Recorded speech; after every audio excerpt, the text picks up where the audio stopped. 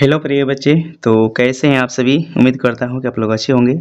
तो मेरे भाई आज की इस वीडियो में हम देखने वाले हैं तत्वों के वर्गीकरण से संबंधित मोस्ट इंपोर्टेंट ऑब्जेक्टिव क्वेश्चन को। तो आप इस वीडियो को अंत तक से देखिएगा, क्योंकि देखिए तत्वों के आवर्तीय वर्गीकरण से संबंधित जना आपके एग्जाम में क्वेश्चन 2 से 3 नंबर पे जाते हैं।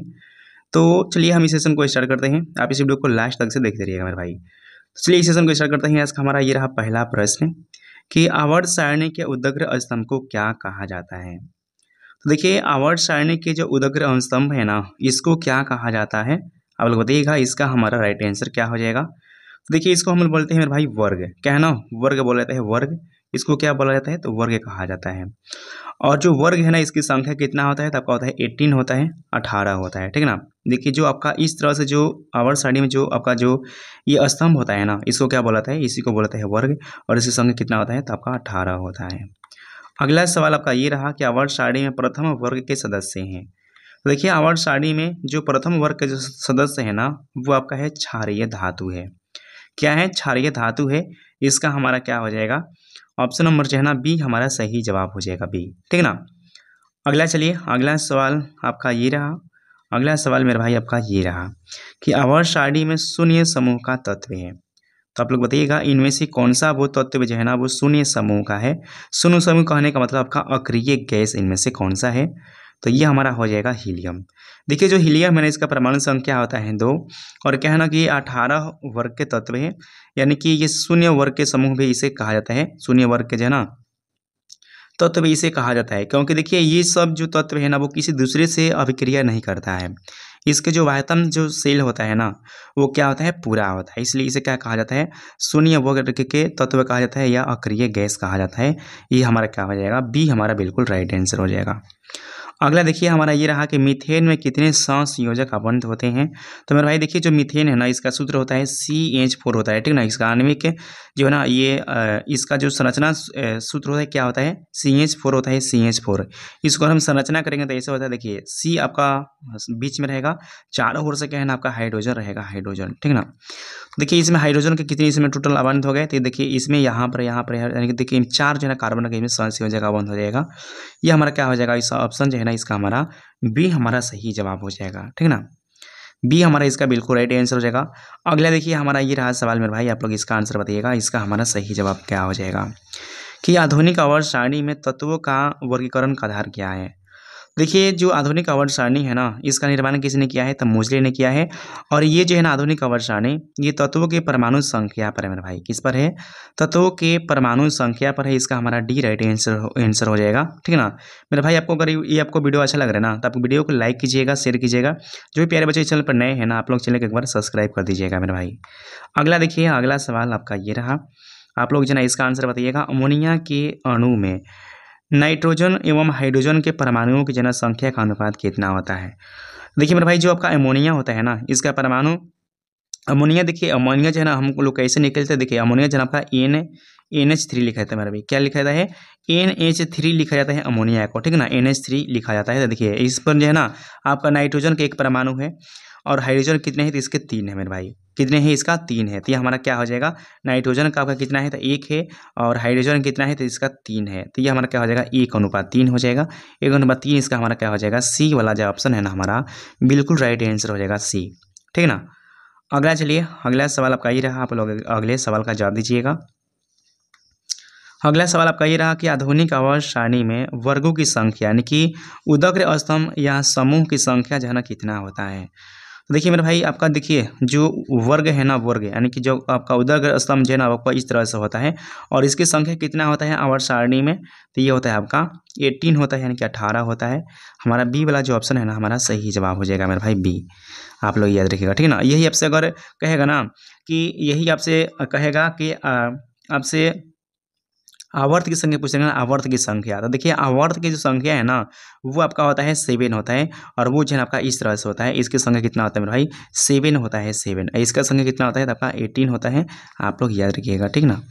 अगला चलिए अगला सवाल आपका ये रहा कि ओजोन के एक अणु में ऑक्सीजन के परमाणुओं की संख्या कितनी होती है। देखिए ओजोन के कहना एक अणु में ऑक्सीजन के कितने परमाणु होते हैं, तो इसमें आपका हो जाएगा 3, क्योंकि देखिए इसमें कहना ऑक्सीजन के प्यारे बच्चों 3 जो है ना परमाणु मिलकर के ओजोन का निर्माण करते हैं। तो ये हमारा क्या हो जाएगा O3 होता है ओजोन का परमाणु। क्या होता है देखिए ओजोन जो है ना ओजोन इसका जो है ना सूत्र क्या होता है ओजोन का दिया होता है आपका O3 होता है, आप लोग याद रखिएगा ठीक है ना। ओजोन परत कहाँ पर ये पाया जाता है, तो समताप मंडल पाया जाता है। सूर्य से आने वाली जो पराबैंगनी किरणें है ना उनसे हमारी ये रक्षा करता है, आप लोग ये भी याद रखिएगा। देखिए आवर्त सारणी में कितने जो है ना आवर्त यानी कि 36 पंक्तियाँ होती है। तो मेरे भाई देखिए इस तरह से ना आपको 36 पंक्ति ये कितना होता है, तो ये आपका होता है 7 होता है। इसका हमारा क्या हो जाएगा, सी हमारा सही जवाब हो जाएगा। 36 पंक्ति को क्या कहा जाता है, आवर्त कहा जाता है। हीलियम कैसा तत्व है, आप लोग बताइएगा मेरे भाई, हीलियम जो है ना वो किस तरह का तत्व होता है। तो देखिए जो हीलियम है ना वो आपका होता है अक्रिय गैस, ठीक ना। इसका हम बोलते हैं उत्कृष्ट गैस बोलते हैं, ठीक ना। उत्कृष्ट, इसको जो है ना उत्कृष्ट हम गैस भी बोलते हैं, उत्कृष्ट जो है ना गैस भी इसको बोला जाता है। इसके वायतम कक्षा में जो सेल है ना वो प्यारे बच्चे पूर्ण होते हैं। और देखिए जो हीलियम है ना यही एक ऐसा जो है ना एक अक्रिय गैस है जिसके कहने पर बच्चों वायतम कक्षा में केवल 2 ही इलेक्ट्रॉन है, ठीक ना। ये एक ऐसा है जो ना अक्रिय गैस है। इसके अलावा देखिए जो भी आपका अक्रिय गैस है ना जैसे कि नियोन हो जाएगा, आर्गन हो जाएगा, ठीक ना, रेडॉन हो जाएगा, जिनॉन, ये सब जितने सारे जो अक्रिय गैस हैं इनके वायतम कक्षा में 8 इलेक्ट्रॉन है, लेकिन इसके केवल वायतम कक्षा में कितने इलेक्ट्रॉन है, केवल 2 इलेक्ट्रॉन है। आप लोग ये भी याद रखिएगा। तो हमारा 10 से क्या हो जाएगा मेरे भाई, ए हमारा बिल्कुल सही जवाब हो जाएगा। और देखिए प्यारे बच्चों आपको अगर कोई भी टॉपिक पर आपको अगर वीडियो देखना चाहते हैं ना, यदि आप कोई भी टॉपिक पर वीडियो देखना चाहते हैं आप लोग एक बार कमेंट करके बता दीजिएगा आपको जो है किस टॉपिक पर वीडियो चाहिए मेरे भाई। अगला चलिए हमारा ये रहा कि त्रिक का नियम निम्नलिखित में से किसके द्वारा जना प्रतिपादित किया गया है। देखिए जो त्रिक का जो नियम है ना इसे दिया है डुब्रेनियर ने। किसने दिया है, डुब्रेनियर जिन्होंने इन्होंने त्रिक का नियम दिया है। इन्होंने कहा है ना कि देखिए कोई अगर ए है, बी है और सी, कहना ये मेरे भाई क्या है ना 3 तत्व है। तो इन्होंने बताया है ना कि हम ए और सी को जो है जोड़ करके अगर हमको 2 से डिवाइड करेंगे ना तो क्या होगा, वो जो बी वाला जो है ना बी है ना इसका मेरे भाई द्रव्यमान इसका प्राप्त हो जाएगा, ठीक है ना। आगे कि देखिए ये जो तत्व है ना ए और जो सी तत्व है ना इसका अगर द्रव्यमान को जोड़ करके 2 से अगर डिवाइड करेंगे ना, इसका हम औसत निकालेंगे दोनों का, तो उसका जो द्रव्यमान है ना वो जो आपका बी वाला जो है ना बी इसके द्रव्यमान के कहना बराबर होगा। इसके बारे में ना किसी ने कहा है, ये डुब्रेनियर ने कहा है। इसी को प्यारे बच्चे क्या कहा जाता है, त्रिक नियम कहा जाता है, त्रिक नियम आप लोग याद रखिएगा, ठीक है ना। इन्होंने तत्वों को इस तरह सजाया था कि जैसे कि ए हो गया और आपका क्या है ना मेरे भाई सी हो गया, इन दोनों को अगर हम जोड़ के 2 से डिवाइड करेंगे ना तो क्या होगा, बी के बराबर होगा। इसी को कहा जाता है ये त्रिक नियम कहा जाता है, डुब्रेनियर का त्रिक नियम। अगला चलिए हमारा ये रहा सवाल कि अष्टक नियम निम्नलिखित में से किसके द्वारा जो है प्रस्तुत किया गया है। तो देखिए जो आपका अष्टक जो नियम है ना ये प्रस्तुत किया है किसके द्वारा, न्यूलैंड के द्वारा मेरे भाई, ये न्यूलैंड के द्वारा बताया गया है। और देखिए इन्होंने कहा है ना कि कोई भी जो है ना इन्होंने देखिए 8 इन्होंने क्या किया था कि 8 तत्वों के एक तरह से ऐसा है इन्होंने ग्रुप बनाया था इसमें इन्होंने कहा है ना कि जो 8वां जो तत्व है ना उसका गुण जो आपका गुणधर्म है ना वो पहले तत्व से मिलता जुलता रहेगा, ठीक है ना। ये किसने दिया है, न्यूलैंड ने दिया है। और न्यूलैंड का पहले बच्चे ये अष्टक नियम है। इनके समय में जो है ना जो आपका जो न्यूलैंड है ना इसके समय में प्यारे बच्चों कितने तत्वों की खोज हो चुका था, तो 56, ठीक है ना। 56 तत्वों की कहना खोज हो चुका था, आप लोग ये भी याद रखिएगा। जो न्यूलैंड ने जो अपना अष्टक नियम दिया है ना ये परमाणु ये द्रव्यमान के बढ़ते क्रम में मेरे भाई ये आपका नियम दिया था अपना, ठीक है ना। अगला देखिए हमारा ये रहा सवाल, आप लोग इसका जवाब दीजिएगा। मेंडलीव क्या है, आवर्ती नियम के अनुसार तत्वों के गुणधर्म उनके किसके जो है ना आवर्ती फलन होते हैं। तो देखिए जो मेंडलीव है ना मेंडलीव इनके है परमाणु द्रव्यमान का मेरे भाई। आपसे देखिए पूछेगा ना कि मेंडलीव के आवर्त सारणी का नियम कहेगा या डुब्रेनियर का त्रिक नियम कहेगा या अष्टक नियम कहेगा। इन मेरे भाई जो सब है ना इन सब का जो है ना परमाणु द्रव्यमान पर है। केवल देखिए जो आधुनिक जो आपका आवर्त सारणी है ना आधुनिक वही किस पर है, केवल परमाणु संख्या पर है। इसके अलावा जो डुब्रेनियर का मेरे भाई जो आपका ट्रिक नियम है, अष्टक नियम है जो आपका न्यूलैंड का या मेंडलीव का जो आवर्त सारणी है ये सभी जो है परमाणु संख्या पर सॉरी परमाणु द्रव्यमान पर आधारित है, ठीक है ना। अगला देखिए कि आवर्त सारणी के किसी समूह विशेष में तत्वों की विद्युत धनात्मक अभिलक्षण ऊपर से नीचे आने पर क्या होता है। देखिए अगर हम ऊपर से नीचे आएंगे ना आवर्त सारणी में तो किसी समूह में तो इस पर जो है ना विद्युत धनात्मकता पर क्या प्रभाव पड़ता है मेरे भाई। तो देखिए इस पर जो है ना आपका क्या होता है, बढ़ता है, क्या हो जाएगा, बढ़ता है। इसका हमारा जो है ना ये हमारा राइट आंसर हो जाएगा। अगला देखिए हमारा ये रहा कि आवर्त सारणी के किसी आवर्त में बाएं से दाएं जाने पर तत्वों के ऑक्साइड की अम्लीय प्रवृत्ति पर क्या प्रभाव पड़ता है। तो देखिए क्या है ना किसके अम्लीय प्रवृत्ति पर प्यारे बच्चों क्या प्रभाव पड़ता है, बाएं से दाएं जाने पर, तो वो जो है ना वो भी आपका बढ़ता है। इसका हमारा क्या हो जाएगा, बी हमारा बिल्कुल राइट आंसर हो जाएगा। अगला देखिए हमारा ये रहा सवाल, अगला सवाल मेरे भाई आपका ये रहा, निम्नलिखित में से अधिक जन अभिक्रियाशील हाइड्रोजन कौन है? तो इनमें से कौन जो है ना अधिक अभिक्रियाशील हाइड्रोजन है? तो इसका हमारा क्या हो जाएगा? फ्लोरीन हो जाएगा, फ्लोरीन। ठीक है ना मेरे भाई। देखिए जो आपका फ्लोरीन होता है ना, वो क्या है? अधिक जो है ना अभिक्रियाशील होता है। अभिक्रियाशील का मतलब होता है मेरे भाई, ये जो है ना जल्दी दूसरे तत्व से रिएक्शन करता है, अभिक्रिया करता है। कौन करता है? फ्लोरीन। आप लोग याद रखिएगा। चलिए हम अगले क्वेश्चन के बढ़ते हैं। आप लोग इसका आंसर बताइएगा मेरे भाई कि आवर्त सारणी के समूह वन के तत्व कहलाते हैं। देखिए आवर्त सारणी के जो समूह वन है ना, इसे हम लोग क्या कहते हैं? क्षार धातु कहते हैं, क्षार धातु। इसका क्या हो जाएगा? सी हो जाएगा। और समूह की संख्या कुल कितना होता है? तो आपका 18 होता है, 18 होता है। आप लोग याद रखिएगा। अगला सवाल आपका ये रहा कि आधुनिक आवर्त सारणी का दीर्घतम रूप किसने जो है ना प्रस्तुतिकरण किया है? देखिए ना भाई, आधुनिक आवर्त सारणी बोला है ना, तो आधुनिक आवर्त सारणी जो है ना किसने प्रस्तुत किया है? तो मोजले ने किया है, मोजले ने। ठीक है ना, मोजले कहा जाता है या मोजले कहा जाता है। ये देखिए वर्तमान में प्यारे जो बच्चों के है ना कि कुल कितने तत्वों की खोज हो चुकी है?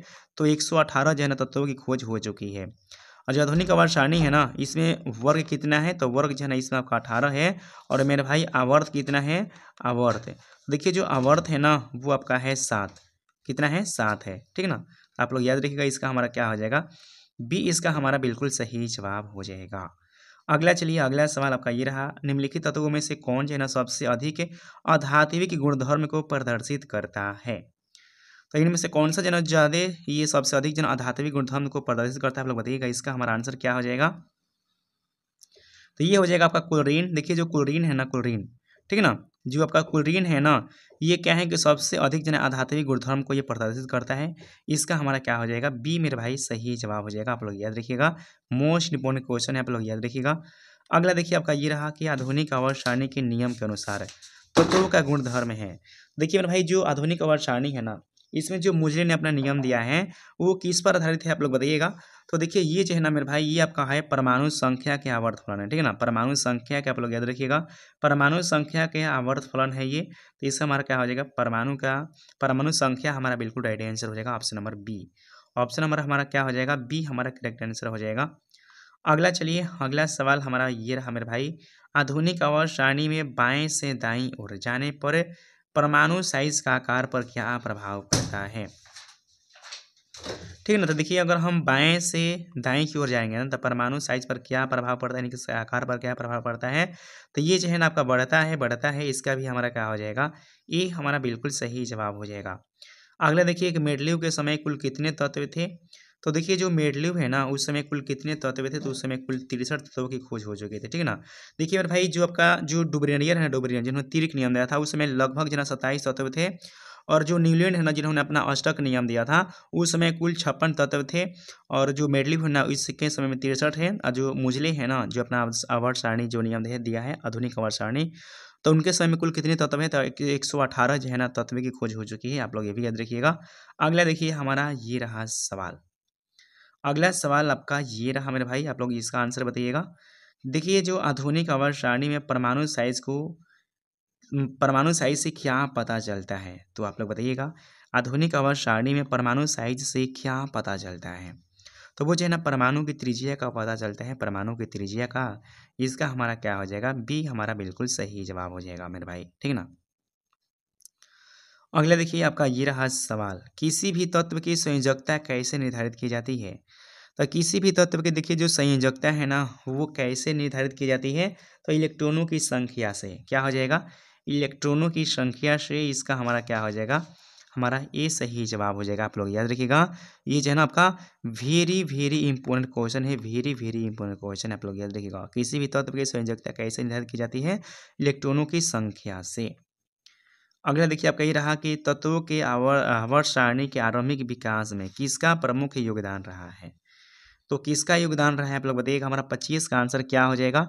तो देखिए 25 का जो आंसर है ना, वो आपका हो जाएगा मेडलीव। देखिए जो आवर्त सारणी है ना, वो सबसे पहले किसने बनाया था? मेडलीव ने बनाया है, मेडलीव ने। ठीक है ना, इन्होंने बनाया था। इसके बाद जो आधुनिक आवर्त सारणी है वो किसने बनाया है? तो मुजरे ने बनाया है। आप लोग याद रखिएगा। और आवर्त सारणी का जनक किसे कहा जाता है? तो मेडलीव को कहा जाता है मेरे भाई। आप लोग ये भी याद रखिएगा कि आवर्त सारणी का जनक किसे कहा जाता है? मेडलीव को कहा जाता है। देखिए आपको बताना है कि जो ये सब जो तत्व है ना, आपका बेरिलियम है, एसआई, जर्मेनियम, ठीक है ना, आर्सेनिक जो है ये सब जो है ना, पोलोनियम है, टाइटेनियम है, ये सब मेरे भाई आपका जो है ना ये किस तरह के जो है ना ये सब तत्व हैं आप लोग बताइएगा, इसका हमारा आंसर क्या हो जाएगा। तो देखिए ये सब जो आपका तत्व है ना आपका जेरेमिनियम, सिलिकॉन, ठीक है ना, बिस्मथ, ये सब जो आपका तत्व है ना आपका है उपधातु है, उपधातु। तो इसका हमारा क्या हो जाएगा मेरे भाई, डी हमारा इसका सही जवाब हो जाएगा आपका, ये सब उपधातु है।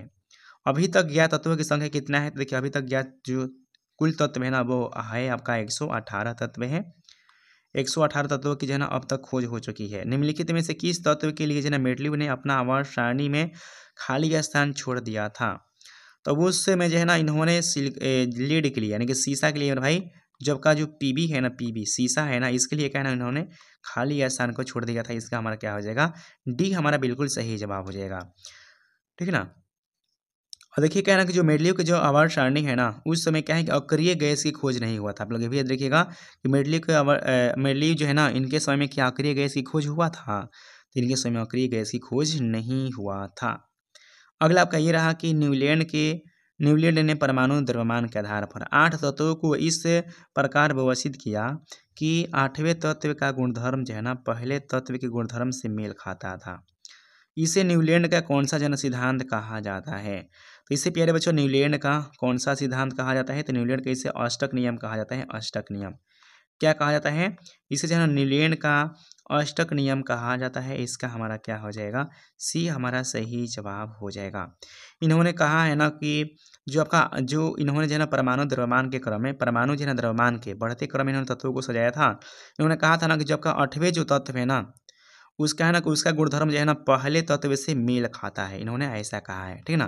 यानी देखिए इन्होंने जो है ना 1 2 3 ठीक ना इस तरह से प्यारे बच्चों 8 तक उन्होंने कहा है ना तत्वों को सजाया था। इन्होंने कहा था जो एक वाला जो तत्व है ना उसको क्या है कि 8वां तत्व से उनका गुण जो है ना समान होता है। अगला चलिए अगला हमारा ये रहा सवाल, न्यूलैंड के अष्टक सिद्धांत की मुख्य कमियां क्या थी। तो देखिए न्यूलैंड का जो अष्टक नियम है ना इसका मुख्य कमियां क्या थी, तो इसका हमारा 30 का आंसर जो है ना हो जाएगा आपका बी। यह जो है ना केवल हल्के तत्वों के लिए ही ठीक लागू होता है। यानी कि देखिए ये जो है ना केवल हल्के तत्व पर ही लागू होता है। भारी तत्वों पर जो का जो न्यूलैंड का जो अष्टक सिद्धांत है ना ये लागू नहीं होता है। तो इसका हमारा क्या हो जाएगा, बी वाला जो हमारा ऑप्शन जो है ना वो हमारा सही जवाब हो जाएगा मेरे भाई। अगला देखिए किसी समूह में इसी तो सभी तत्वों की संयोजकता इलेक्ट्रॉन की संख्या कितना होता है, आप लोग बताइएगा। किसी समूह में इसी सभी तत्वों की संयोजकता इलेक्ट्रॉनों की संख्या कितना होता है। तो देखिए किसी समूह यानी किसी अगर वर्ग है ना वर्ग, तो उसमें अगर कोई तत्व है ना उसकी संख्या क्या होता है, समान होता है, समान होता है, ठीक ना। जैसे कि देखिए अगर हम हाइड्रोजन ग्रुप ले लेना, हाइड्रोजन ग्रुप जो हमारा 17वां जो आपका वर्ग है मेरे भाई 17वां, ठीक ना। तो इसमें क्या है ना जो भी इसमें तत्व है ना आपका फ्लोरीन है, क्लोरीन है, ब्रोमीन है, आयोडीन है, इन सबके जो है ना वास्तव कक्षा में आपको 7 इलेक्ट्रॉन देखने को मिलेगा। तो यही जो है ना ये आपका क्या है ना इसमें समान होता है, आप लोग याद रखिए। जैसे कि आपका अक्रिय गैस है, तो जो भी अक्रिय गैस है ना केवल आपका हीलियम को छोड़ करके जो भी अक्रिय गैस है ना उसके वास्तव कक्षा में कितने इलेक्ट्रॉन मिलेगा आपको, 8 इलेक्ट्रॉन मिलेंगे, 8 इलेक्ट्रॉन, ठीक है ना। उनके सभी की संयोजकता क्या होता है, समान होता है। अगला चलिए आपका ये रहा कि वर्ग 3 से 12 तक के तत्व कहे जाते हैं। तो देखिए वर्ग 3 से 12 तक के जो तत्व है ना उसको क्या कहा जाता है, तो उसको कहा जाता है संक्रमण तत्व, कहा जाता है संक्रमण तत्व। बी हमारा मेरे भाई सही जवाब हो जाएगा। देखिए यदि आपको अगर ये वीडियो अच्छा लग रहा है ना मेरे भाई, हेल्पफुल लग रहा है ना, तो आप वीडियो को लाइक कीजिएगा, शेयर कीजिएगा। जो भी प्यारे बच्चे चैनल पर नए हैं आप लोग चैनल को एक बार मेरे भाई सब्सक्राइब कर दीजिएगा, ठीक है ना। अगला देखिए कि आधुनिक आवाज सारणी के समूह में ऊपर से नीचे जाने पर कोषों की संख्या में क्या परिवर्तन होता है।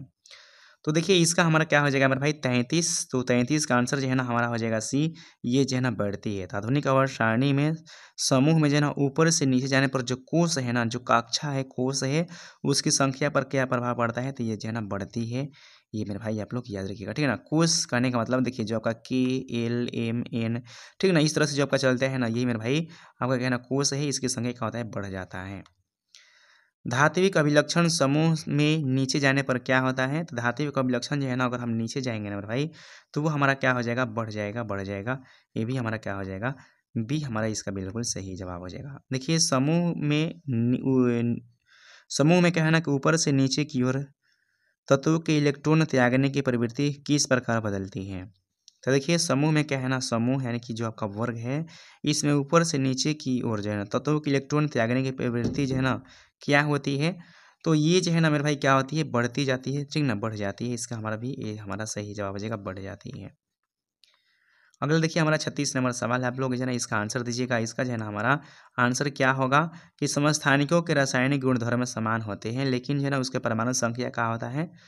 देखिए समस्थानिक जो होते हैं ना उसके परमाणु, उसके मेरे भाई क्या है ना कि गुणधर्म समान होते हैं, ठीक ना, गुणधर्म समान होता है, यानी कि देखिए उसका जो है ना परमाणु संख्या समान होता है, लेकिन क्या है ना उसका द्रव्यमान संख्या मेरे भाई भिन्न भिन्न होता है। क्या होता है, भिन्न भिन्न होता है।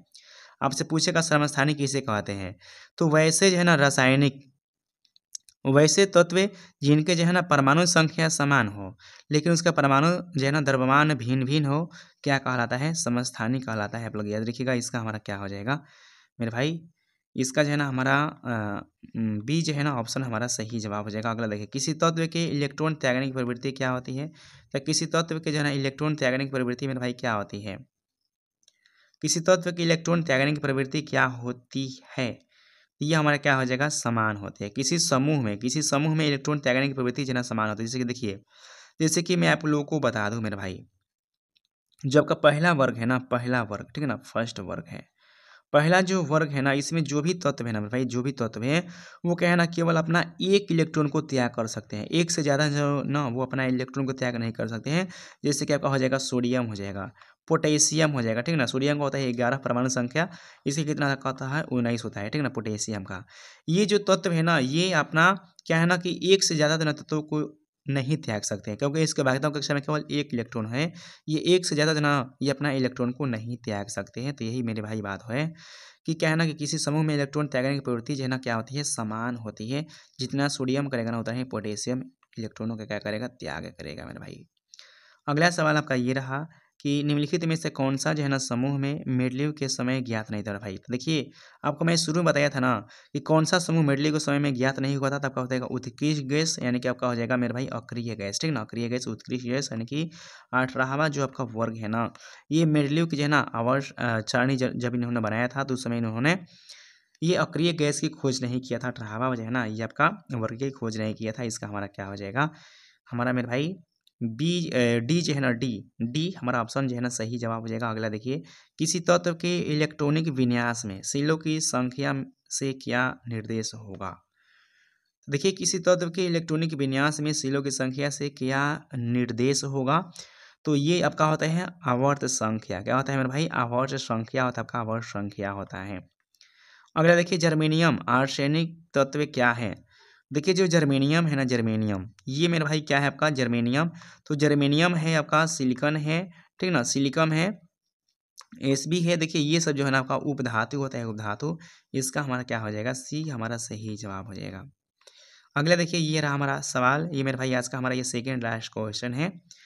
तो देखिए इसमें क्या है ना, इसमें क्या है कि किसी तत्व के जो है ना, ऐसे फ्लोरीन, क्लोरीन, ब्रोमीन, आयोडीन है, ये क्रियाशील समूह में क्या है ना, इसका क्या मेरे भाई कौन सा जो है ना इसमें क्रियाशीलता समूह का घटते, इसमें आपका बढ़ते क्रम में है, आप लोग बताइएगा। तो देखिए इसका हमारा मेरे भाई आंसर क्या हो जाएगा, इसका हमारा जो है ना ऑप्शन और बी हमारा सही जवाब हो जाएगा, बी, ठीक ना। फ्लोरीन जो है इसकी क्या है कि क्रियाशीलता सबसे ज़्यादा होता है, इसके बाद क्लोरीन का, ब्रोमीन का, इसके बाद जो है ना ये आपका आयोडीन का होता है। अगला देखिए हमारा ये रहा क्वेश्चन, ये मैंने भाई आज का हमारा ये आखिरी क्वेश्चन है कि डोबेनाइडर ने समान गुणधर्म वाले तत्वों के जो है ना तीन तीन समूहों में वर्गीकरण किया है। इन समूहों को क्या कहा जाता है, तो इन समूह को क्या कहा जाता है, त्रिक कहा जाता है, त्रिक, ठीक ना, त्रिक कहा जाता है। इन्होंने जो है ना तीन तीन तत्वों का मेरे भाई एक जो है ना समूह बनाया था। इन्होंने क्या ना क्या किया था कि देखिए ए है तत्व, बी है, सी है, ठीक ना। इन्होंने कहा किया था ना कि देखिए ए और क्या है ना सी को जोड़ करके 2 से डिवाइड कर दिया था ना, तो क्या है कि इन्होंने जो है ना इसको बी प्राप्त हुआ था, इसका जो द्रव्यमान है ना ये प्राप्त हुआ था। इन्होंने इस तरह से जो है ना अपना ये अपना त्रिक बनाया था। इन्होंने कहा था ना कि देखिए इसमें 3 तत्वों को हम इस तरह सजाएं, जिसमें कहा ना पहले और तीसरे तत्व को है ना, पहले और जो तीसरा तत्व है इसके अगर हम परमाणु द्रव्यमान को अगर हम क्या है ना औसत निकालेंगे ना, तो वो बीच वाले तत्व के कहा ना उसके परमाणु द्रव्यमान के समान होगा मेरे भाई। ये किसका कथन था, ये था आपका डुरेनिया का त्रिक नियम। इसका हमारा क्या हो जाएगा, ये हमारा सही जवाब हो जाएगा। तो प्यारे बच्चों आपको जो है ना वीडियो कैसे लगा कमेंट करके बताइएगा। अगला देखिए वीडियो जो है आपको किस टॉपिक पर चाहिए आप ये भी कमेंट करके बता सकते हैं मेरे भाई। तो चलिए हम मिलते हैं अगले क्लास में, तब तक के लिए बाय बाय, टेक केयर। जो ही प्यारे बच्चे चैनल पर नए हैं ना, आप लोग चैनल को सब्सक्राइब कर दीजिएगा।